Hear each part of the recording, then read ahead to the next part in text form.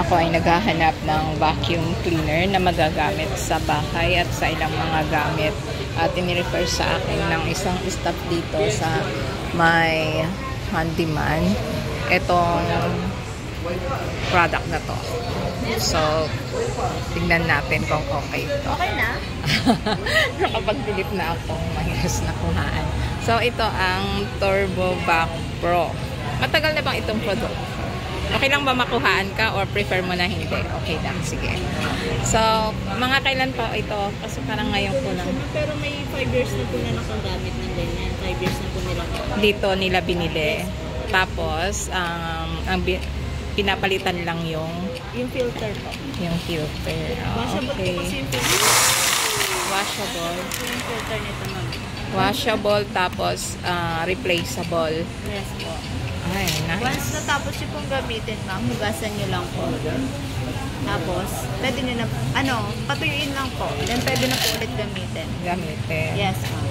Tapos, kapag masyado ng gamit na gamit, pwedeng palitan. Pag hindi na po siya ng dust, ng mga dumi, yun, ma'am, kailangan nyo na po siyang palitan. At nakakabili ng ganyan lang yes, dito. Yes, ma'am, dito, ma'am. Naka-less 30% kami, ma'am, ngayon. Yung ganyan. Yung ganyan lang magkano? Dati po siyang 395, ngayon lang 276 na. So magandang kumuha ng na rin, extra. Yes, tapos ano yung mga accessories po niya? Ito ma'am, for for carpet, kung may alaga po kayong pet. Oo. Ito naman ma'am, is for kung may keyboard po kayo sa bahay. Keyboard? Yes po. Keyboard ng mga computer. So ito ma'am, pwede sa sulok to ma'am, sa sulok-sulok. Sa mga sulok-sulok ng bahay. Maliit na po. Then ito ma'am, attachment naman to sa likod ma'am. Pag ma'am, gagamitin nyo naman po yung blower. Vacuum to ma'am, no? Tapos itong likod niya ma'am is blower, 2-in-1 na po. I-insert nyo lang to dito sa likod ma'am.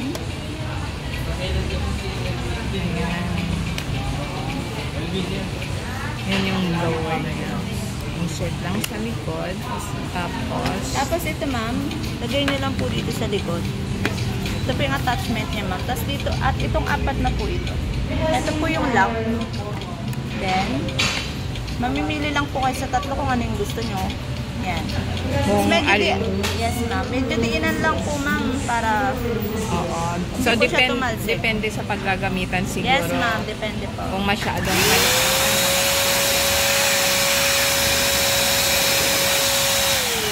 ito yung siguro sa maliliit. Yes, ay ma'am, pag mag-inflate kayo ng mga balloon, gano'n, pwede rin yan. Pwede rin to sa balloon. Yes, wow. ma'am, pangpalobo po. Ayos multi-purpose pala to.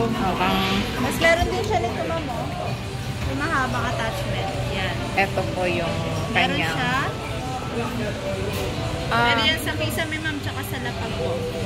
Ikakabit din dito? Yes, ma'am, dito lang po yan sa harap. Tatanggalin nyo lang yan.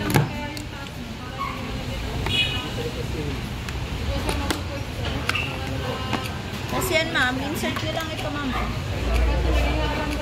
Ayan. Tapos pang kisame. Yes. Buti na lang pala binidyohan ko kasi pag hindi, pag uwi ko syunga-syunga ako, hindi ko din masusundan. Meron din po siyang manual ma'am, hindi sa makalimutan nyo naman. Medyo nakakatamad magbasa, mas madali sa video eh. Okay. And ma'am, buksan nyo lang. Ayan, okay na siya sa dulo. Okay siya, pwede na ayan. Single use lang siya mama. Once na gagamitin nyo po yung blower, tatanggalin nyo po itong nasa harap ma'am.